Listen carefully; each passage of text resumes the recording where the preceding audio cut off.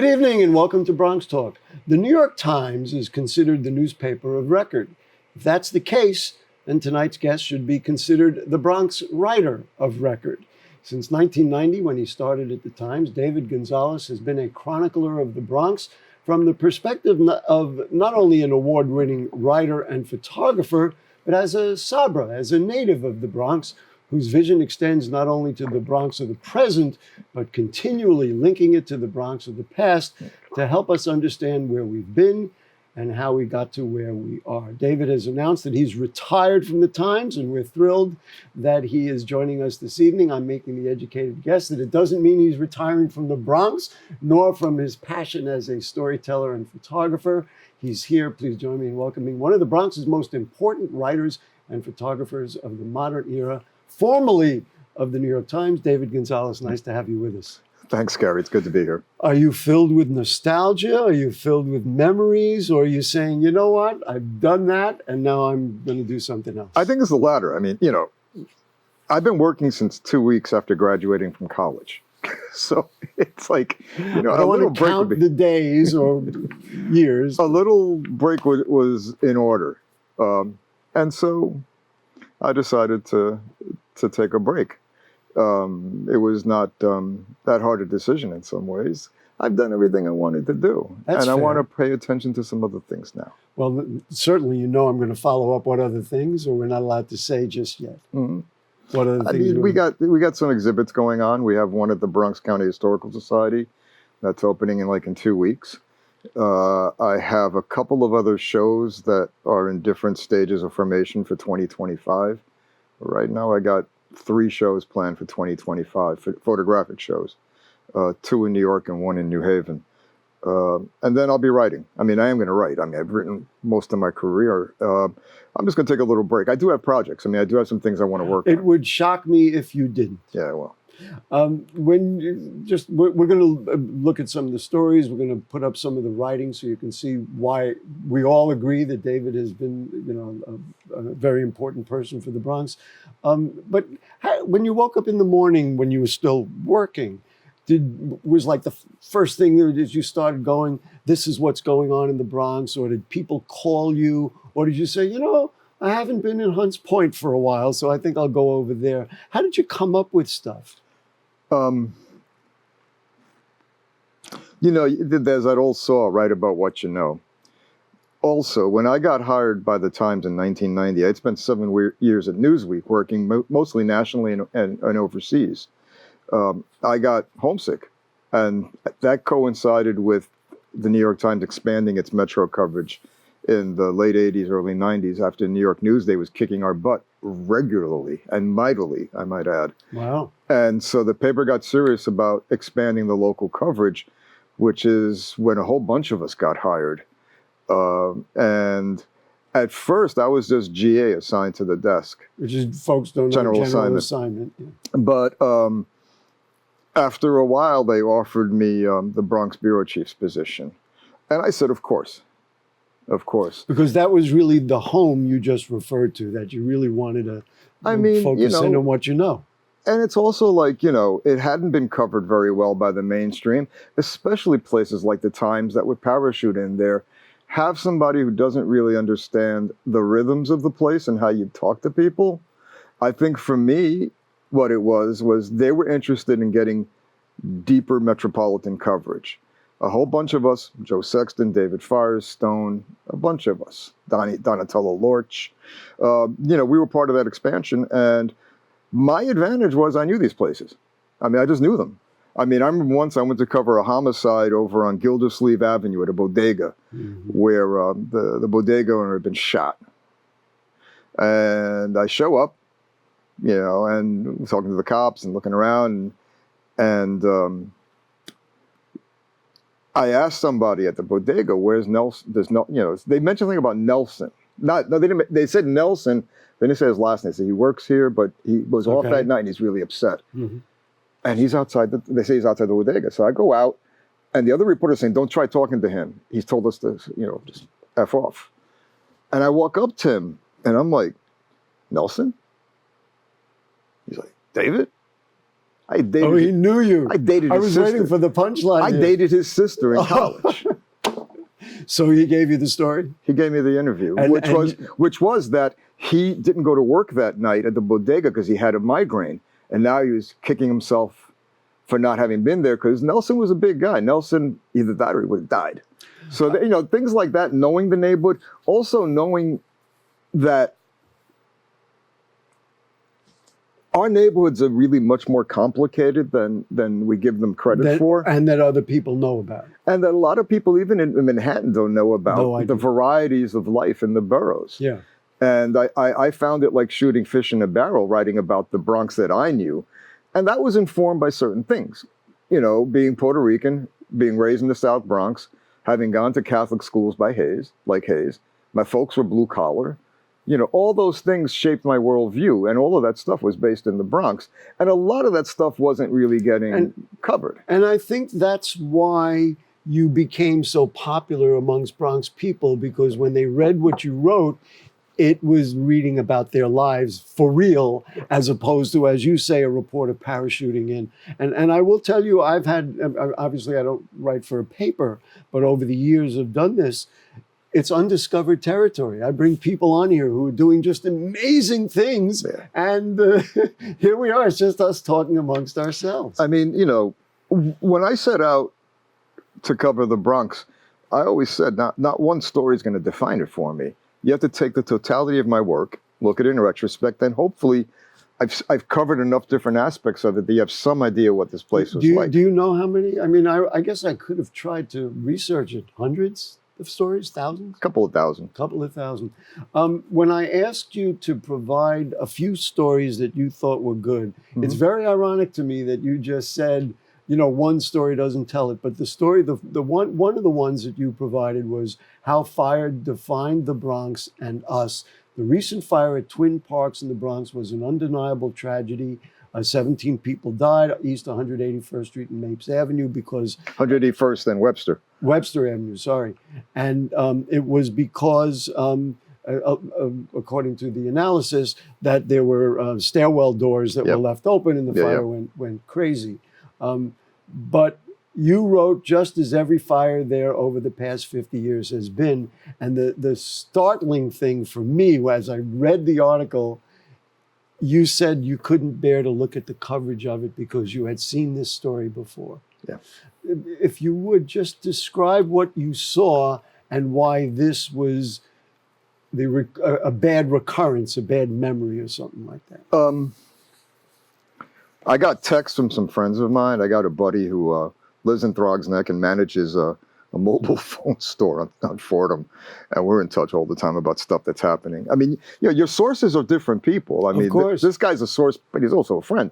In this case, he texted me, and so I went online as quickly as possible to see what was going on, and I saw footage of smoke coming out of that building, and that kind of threw me for a loop. And it reminded you of this. That's 138th and Cypress. St. Luke's Church is to the left. And you took that photo. 1979. I was picking up a friend of mine who lived in the projects behind me.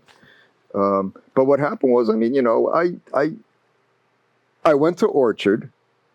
And Orchard Beach. I just sat in the parking lot. I know Bronx people would know what it is, but I thought I'd be formal about it. But I sat in my car, and I didn't know what to do. The desk had called me, wanted me to do legs. Legs means? Legwork. Go out to the scene and feed somebody. But, you know, it was raining. I'm immunocompromised. And, you know, I was going to pull rank for once. And I'm not going to do that. But also, at the same time, I was overcome with stuff, and I couldn't shake it. And at about 3 p.m, I texted my editor. And I asked to speak with the Metro editor at the time, Jim Dow, who's an old friend of mine. Jim's at the Boston Globe now.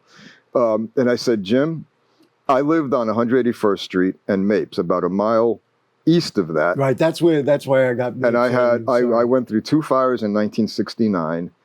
I have thoughts and I have photographs. And what I did was, they said run with it. I didn't have to sell them beyond that. I was going to ask you, so when you presented stories, they pretty much let you do it? By and large, most of my career has been primarily all self-generated stories. I don't need to be told what to do. But at the same time, not your nature to but at want the to be same time, told. I mean, there were times when, like when Oklahoma City happened, they shouted across the newsroom, You the one. and I jumped on a plane right then and there. So, I mean, it varies. But for the kind of stuff I did out of the Bronx, almost all of that was my idea. I want to just actually let people read what you wrote, because your words, they're just fantastic. So the minute I saw the text from friends with the initial reports and images, I put down my phone, drove to Orchard Beach, and just sat there. I relived how my father carried me down 5 flights of stairs one night in 1969 when a fire broke out on the floor below us. The light flickering on the window, the heat from the narrow hallway where the fire burned, me hugging my father's neck. We are the internally displaced children of the Bronx, uprooted every few years because of fires, decrepit apartments, and absent landlords. Our lives were defined by impermanence. You wrote that. Yeah.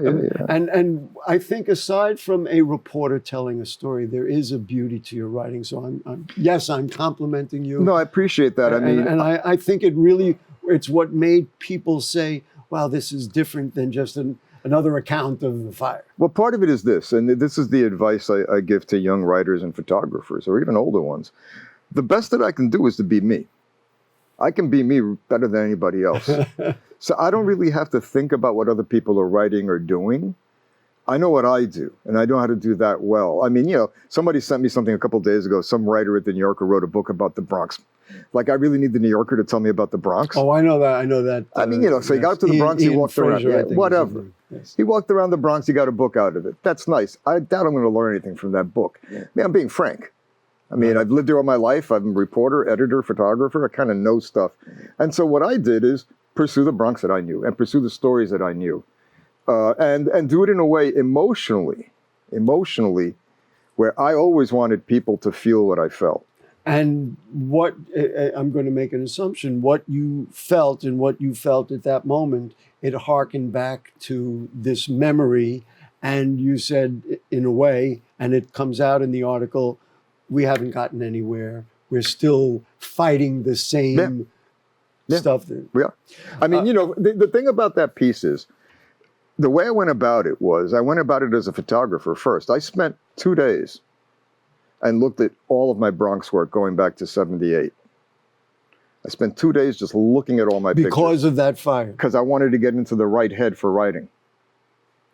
That to me is... And I was going to illustrate it with my photographs, so I needed to get a sense of what story the pictures tell and what story the words tell. I will tell you, when there's something comes out, I know that there are news reports. I'm just using it from my own media. Yeah. There are news reports. I don't have to repeat those reports if I can, of course, use this medium, which is different from your medium. Exactly. That's the same point of view. The visual, I mean, the image carries weight. And if you're smart about it, you know what weight to let the image carry, and you know what weight the words carry, and also how they dovetail. And that's what that did for me. So, to write that piece, the actual writing of that piece. It was a lengthy, involved... No, the writing was 3 hours. Wow. 3 hours. This was the story. 3 days. This was the story I was born to write. I mean, I say, if you're going to look at everything, look at everything. But if you had to look at just one, this ain't a bad one to look at. That's why I pulled it out first. Because it's the culmination of a life's work. The next thing which I was curious about, because I believe I met you at some church ceremony, and you were kind of covering, and this goes back, I don't know how many years we were on, I don't know, Tremont Avenue somewhere or something like that. Anyway, he's trying to figure out when it I'm trying to figure out Tremont Avenue. It's what, St. Joseph's or what? I don't remember. Anyway, so another story you gave me, by the way, that original story came out way back when the fire happened. But this one was January 2007, a sliver of a storefront of faith on the rise. The church has been large in your life and in your writing and in your work. Yeah. You want to comment on that or say what it's... I mean, I was born and raised Catholic by Catholic parents. I went to Catholic schools starting in first grade at St. Athanasius, then to St. Martin at Tours on 182nd Street. Then I went to Cardinal Hayes. I grew up in some of these neighborhoods where I saw the devastation, but I also saw how the clergy in that era, like the Northwest Bronx Community Clergy Coalition, worked together with people in the congregations to address the various ills in the community. There were people I knew from childhood, for example, like Astine Jacobo, who used to be the mayor of Cortona, basically, Right. of the baseball fields and everything else. And, those were, really crucial people in my life that really shaped things for me. And really what's important is that, as you just articulated, these are the people you think help people survive. Now that this Well, the clergy was really important. I mean, for me, one of the big ones was that one. That's Father Flynn's. If you had to pick one picture about the that church, was your picture. it's my picture. Yeah, that was the day when, in 2010, I believe, when Father Flynn of St. Martin de Tours, a legendary street priest, retired from St. Martin's. Yes. That's also the church I used to go as a kid. But the thing about Flynn that got me was that he didn't stay in the rectory waiting for people to come to him. He didn't turn away people because their lives weren't perfect. He walked the streets at night. I was going to say he marched with them. He walked Yes. among them. Yes. I mean, he'd go through the neighborhood. That was his ministry, was in the neighborhood. When he went up to Chervier, because he went to a nursing home, he was walking the halls ministering to people in Chervier. Yes. And so what I saw with him in the neighborhood where I was born, where I was raised, that's really one of the neighborhoods that I really still feel close to. I saw the work that he was trying to do and others, like John Grange down at St. Jerome's. John grew up there when it was an Irish neighborhood back in the day. So I got to know these priests and got to see how, one, they were working effectively in the community to address the legacy of the 60s Because and they 70s. understood and they didn't pretend to go over the people's Well, heads. this is the other thing. They knew who they were. John Grange, lived their Father lives. Grange of St. Jerome's, grew up in Mott Haven when Mott Haven was Irish. His father was a bus driver. Don't get more Irish than that back in those days. But he was the minister to a Mexican congregation at his old parish. And he was able to adapt to that because he said he knows what it's like to be an immigrant. He comes from Irish immigrants. And so he adapted that. Those priests and nuns, too, had a much more forward-looking way that included the community and addressed their needs. What you have now is a lot different. Now, the Pentecostals. Well, this is what the church in Harlem that you wrote about in that story. Let me just read this. This is the story of one such church. Its people, its pastor, their fight to survive, and the emotional, sometimes extreme religion that fires them night after night. That's the sub-headline there. So go ahead, finish. I mean, that story started with a very quick conversation with my friend Joe Sexton, who was the Metro editor at the time. We're still friends. And Joe said, hey, wouldn't it be great to do a series on a storefront church? And I said, a Pentecostal one? There are places in the Bronx you can go They're for everywhere. blocks, and They're everywhere. And what I knew- Marsani, I've seen a whole Exactly. group And what I knew from covering Central America, 'cause I was a Central America bureau chief for 4 years back in the late 90s, early 2000s, was that the fastest growing religion in Latin America, if not the world actually, is Pentecostalism, which is a variation on evangelicals. And so I knew the potential for that story. I also knew that because it's a Pentecostal church, that people in certain social circles or cultural circles here may not understand it and may actually ridicule it. And so my challenge was to find a church that could help people understand why are understand people further. why are they attracted to this? I want to, I'm just like we did with the other story. We pulled out something that you've written in there, and I just think this is just incredibly beautiful writing. Now, on most nights when the neighborhood winds down to rest, the fluorescent lights inside the room flicker to life, and the Spartan whitewashed space rattles under a sonic barrage of prayers, yelps, and tambourines. As a teenage band pounds out bouncy Latin rhythms, men in crisp business suits that belie their dreary day jobs triumphantly pump their fists. Women in flowing skirts shout, stomp, and gyrate widely. The air crackles. Yeah. It's just beautiful, David. I don't want to. I'm just describing what I saw, man. But also, and here in cramped store, I have more because I couldn't get away from it. Here in cramped storefronts like Ark of Salvation, people whose lives are as marginal as their neighborhoods discover a joyful intimacy often lacking in big churches. That's what I found in Central America. You look at Central America, you got people who move from the countryside to the capital to work. They have no friends, no family. But at work, they'll find somebody, oh, my brother, why don't you come to our church? And all of a sudden, you find community where you were lacking some. Also, among people who were struggling with substance abuse, they find community in these places. And find a way to do something else. At the same time, there's the flip side of this.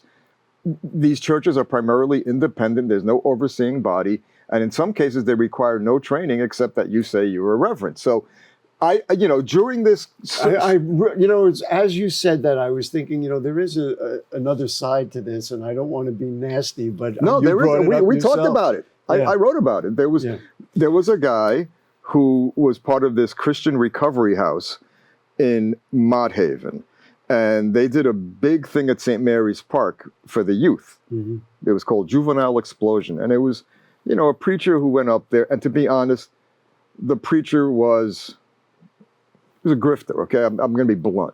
He was calling up people. If he's not going to tell the truth, who's going to tell the truth? The guy was grifting, and what happened was the person who organized it, some 30-year-old dude, took off with a teenager and a bunch of money. My goodness. And so those things happen in unregulated church. Also, I'm not going to deny it, and I wrote about it in the piece too.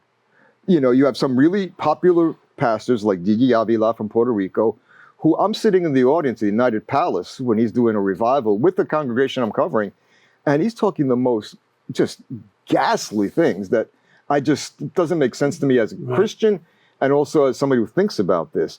Luckily, the congregation that I settled on, they were not problematic in that way at all. I want to move us to something else. What is the role of media? What has been the effect of your work? Have you seen the effect of it, or it's hard to measure? I mean, much like the same for me. Put out stuff, you don't know who's You affected. don't know, but you do know. I mean, I can point to a school that was kept open for 10 years because I wrote about them. Even though the Archdiocese gave them only 30 days to come up with 120 grand, I wrote a story. They got 400 grand from a reader. There you They go. eventually got closed down, but I gave them an extra 10 years. Wow. A guy, I remember when I was the About New York columnist, a guy got stabbed to death in Central Park. New York One first said all the media said he was homeless, and then New York One said he lived on 106th Street. And then the light went over my head. I'd already written my column for the next day. Mexican immigrant, 106th Street. Well, if I have to, I'll just walk every single block and knock on every single building and ask, do you know this guy? But again, knowing Mexicans, knowing New York, and knowing the church, I called up St. Cecilia's. And I asked the pastor, do you know the family? And what did he say? He says, I don't, but my assistant pastor is with them right now. I said, could you tell him to wait for me there?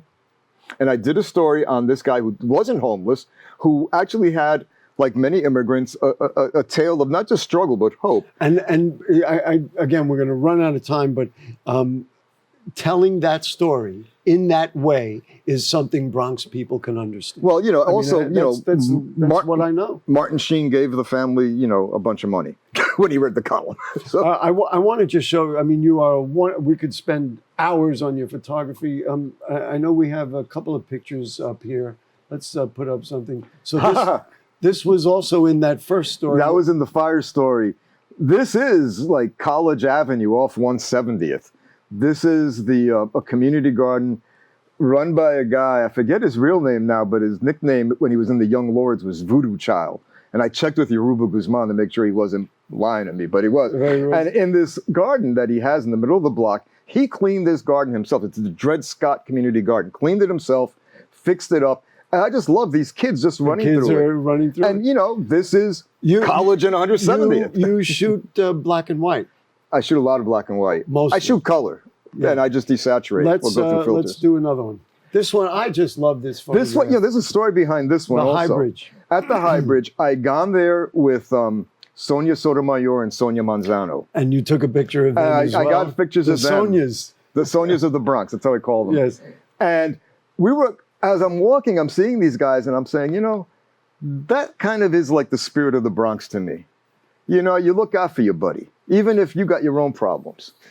The last one I do want to show. This is, of course, the iconic picture. I've never heard you talk about it. I've seen it in a number of galleries. I'll tell you now. Please do. My birthday, August 10th, 1979. I was working a table at a street festival in Mott Haven. I worked with Enfoco at the time. And me and my friend Ralph Ramirez, who was another photographer I ran around with, we were at this thing. And, we're running a table every now and then I go out and shoot. And I wound up seeing this couple and I just photographed them. I took out maybe 20 photographs of them, and this is the one that worked. Oh, it But the really thing is works. this, I took this in 79. I didn't even know this image existed until 2009. 30 years this sat. And so, and, I had and no it was, idea. so it was film, obviously. It was negative, black and white Negative. mix. But the thing is, Listen- for me, what the image for me represents, that image summarizes how I look at the South Bronx and the Bronx. That we all we got. And our culture is all we got. And we don't need anybody's outside validation to give us I'm that. so glad you said that, because I have one more thing that you've written that I want to read, which I saved for the end of the show, Okay. because it summarizes exactly what you just said. We were a generation raised with our noses pressed against the windows of home, wondering why it looked nothing like the pristine white suburbs we saw on television. How was a generation of children in the Bronx consigned to live in and amid such squalor? Many of our homes were spotless inside, smelling of king pine and Cafe Bustelo. But we had no control over the economic, social, and political forces that shaped our destinies. We can achieve all we want in life and work and still feel powerless to control the social and economic crises that shaped the borough of our birth. Decades after fleeing down the stairs of a burning building, I still wonder how far we've come. We haven't come that far. We still look at the fight to get affordable housing in this borough. This is the most expensive borough to live in, believe it or not. Why is it that way? The Bronx has been the place where generations have come to work and either stay or move on. There's no shame in moving on in previous generations. Don't get me wrong, but you know what we went through.